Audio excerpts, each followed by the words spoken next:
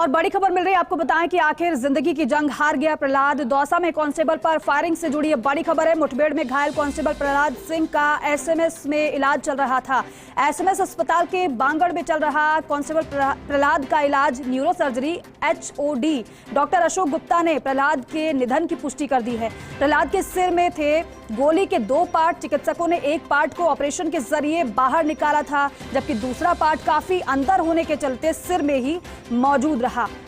विकास मेरे सहयोगी हमारे साथ लाइव जुड़ रहे हैं, उनका रुख करते हैं। विकास, क्योंकि कल भी इसको लेकर आपने जानकारी दी थी कि कितना क्रिटिकल ये केस है और कितनी ज्यादा गंभीर हालत प्रहलाद की है, लेकिन अब क्या वजह रही कि उसकी मौत हो गई है?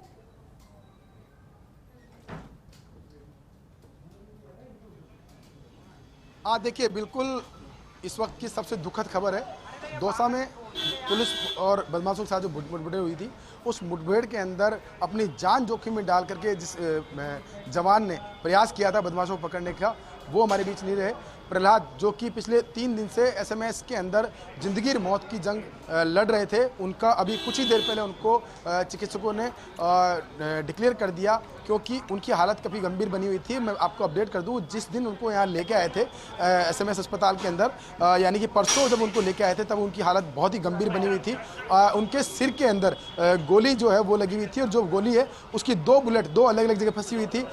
जब उनको लाए थे, जब ट्रॉमा सेंटर में उनको लेके आया गया था, यहाँ पर जैसे चिकित्सकों ने देखा और जिस तरह की हालत उनकी थी, उस हालत को देखते हुए तत्काल प्रभाव से उनको वहाँ से न्यूरो सर्जरी में शिफ्ट करने के लिए बांगड़ के अंदर शिफ्ट किया गया था। और बांगड़ के अंदर उनका ट्रीटमेंट शुरू किया गया था। बांगड़ के अंदर चिकित्सकों की टीम ने, डॉक्टर अशोक गुप्ता है, न्यूरो सर्जरी के HOD है, उनके निर्देशन में डॉक्टर्स की टीम ने ऑपरेशन किया। और ऑपरेशन के दौरान उनका जो मस्तिष्क के अंदर 2 गोलियां फंसी हुई थी, उसमें से एक गोली को उन्होंने निकाल भी दिया था। और निकालने के बाद जब दूसरी गोली की देखिए तो बहुत अंदर गहराई में, बहुत डीप के अंदर गोली फंसी हुई थी, जिसको निकालना बहुत मुश्किल था, और मुश्किल के साथ ही जान की जोखिम भी थी। तो ऐसे में चिकित्सकों ने प्रथम दृष्टया ये माना कि पहले मरीज को स्टेबल किया जाए, लेकिन तभी से जो मरीज हैं प्रहलाद, जो कि दौसा से घायल होकर जयपुर पहुंचे थे, उनकी हालत गंभीर बनी हुई थी और उनको वेंटिलेटर पर लिया गया था।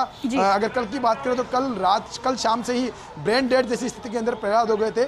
चिकित्सक लगातार प्रयासरत थे कि कैसे भी करके एक बार इनको खतरे से बाहर निकाला जाए, लेकिन ऐसा हो नहीं पाया। और अभी कुछ ही देर पहले जो प्रहलाद है, कांस्टेबल प्रहलाद, उनका CPR हुआ है। मैं आपको अपडेट कर दूं कि जब घायल प्रहलाद को एसएमएस अस्पताल लाया गया था, तो खुद DGP उमेश मिश्रा यहाँ पहुंचे थे, उनके साथ में ADG थे दिनेश अहमद, वो यहाँ पहुंचे थे। उन्होंने कांस्टेबल के हालचाल जाने थे, लेकिन जब वो निकल के बाहर आए थे तो उनके चेहरे की तस्वीर जो थी, उनके चेहरे के भाव थे, वो उस दिन ही स्पष्ट थे कि क्या हालत थी कांस्टेबल की, किस तरह की गंभीर हालत थी।